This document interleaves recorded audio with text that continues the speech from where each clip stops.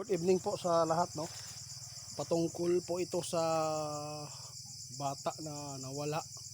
Hanggang ngayon nagpapatuloy pa rin yung mga manggagamot. Kahit ano na lang po ang ginawang pagbibigay alay sa engkanto.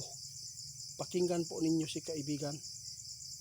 Dahil kinausap ng ating kaibigan si Engkantong Itim kung talaga bang mga lahi nila ang kumuha. Kaibigan,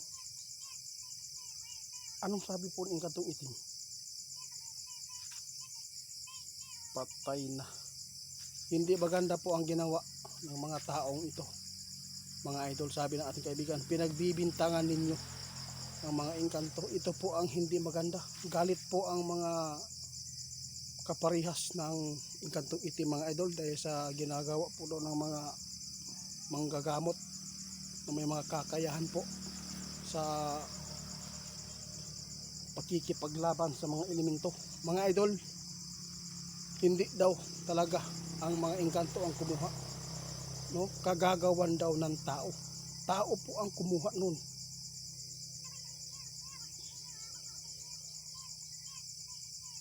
O posibleng kamag-anak, dahil hindi po daw ito umiyak. Kung umiyak yung bata, ibig sabihin yan mayroon pong hindi maganda, mga idol. Ibig sabihin yan talagang may ginawang kasamaan. Pero yung nangyayari, no, nagmalasakit si kaibigan ngayon dahil nagtatampo yung mga engkanto ngayon dahil pinagbibintangan daw, at saka galit na galit, mas lalong galit. Ito po ang masama dahil mas napakasama impormasyon ng ating kaibigan doon sa kanilang kaibigan. Patay na. Dito po, mga idol, mababalita yan, mga idol, sabi ng ating kaibigan, kung mayroon pong kukunin ng engkanto, no? Totoo na engkanto ang kukuha nito.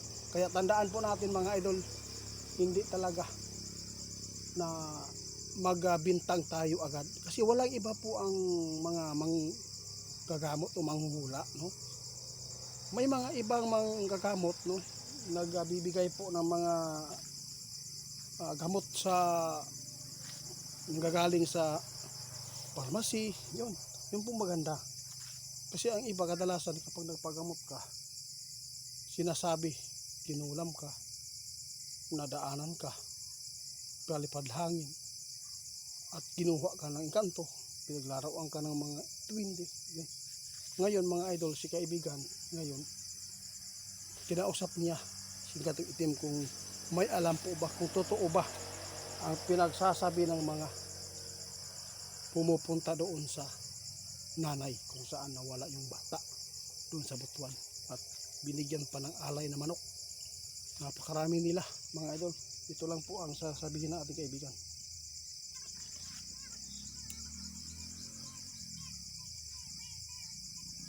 Piliin daw ninyo ang mga manggagamot na legit na pupuntahan ninyo, kasi may mga manggagamot, no, iba po ang mga pinagsasabi. Tulad dito, pinagbintangan ang engkanto. Hindi po engkanto yun, no? Posibleng kamag-anak, posibleng talagang tao ang gumawa nito. Dapat po, mga idol, hindi po tayo agad na mag-trust po sa mga ganitong klaseng mga manghuhula o manggagamot at may kakayahan pong mga taglay. Patay, nagalit na ang mga engkanto ngayon, mga idol, dahil pinagbibintangan nila. Kahit ano-ano na lang po ang mga ipinapagawa ng mga nanggagamot, no? Mga albularyo, mga idol. Grabe na anong ginawa nila. Mga manok kinatay, at mayroon pa silang inilagay po doon sa puno kung saan doon daw ginuha ang bata. Tama ka. Kakatawanan po ito, no? Sabi ng ating kaibigan, kapag hindi totoo ang manggagamot, yung mga albularyo na to, yung maestro daw, kapag hindi ito totoo na kinuha ang engkanto kasi kinuha daw eh. Itinatali. Sabi ng ating kaibigan, hindi. Tao ang gumawa. Dapat po, pulis po ang mag-imbestiga. Hindi agad yung mga ganitong klase na pamamaraan sa albularyo. O hindi ka nag-alala ang magulang. Grabe mga idol, galit na daw ang mga engkanto dito. Sabi ng ating kaibigan. Disclaimer lang. Sa mga naniniwala lang dito sa ipinapaabot namin. Wala kaming magawa kung hindi kayo maniniwala. Mga idol, pasalamat ako kay kaibigan kasi kinakausap niya si Engkantong Itim. No? Nangumusta pa daw at hindi po daw talaga no? Ang engkanto daw ang kumuha nun. Kamag-anak lang yun kasi hindi umiyak yung bata eh. Oo. Sige, salamat. Kusang pumayag ang bata na sumama. Kung ibang tao yun, iiyak yun eh. Pag kinuha.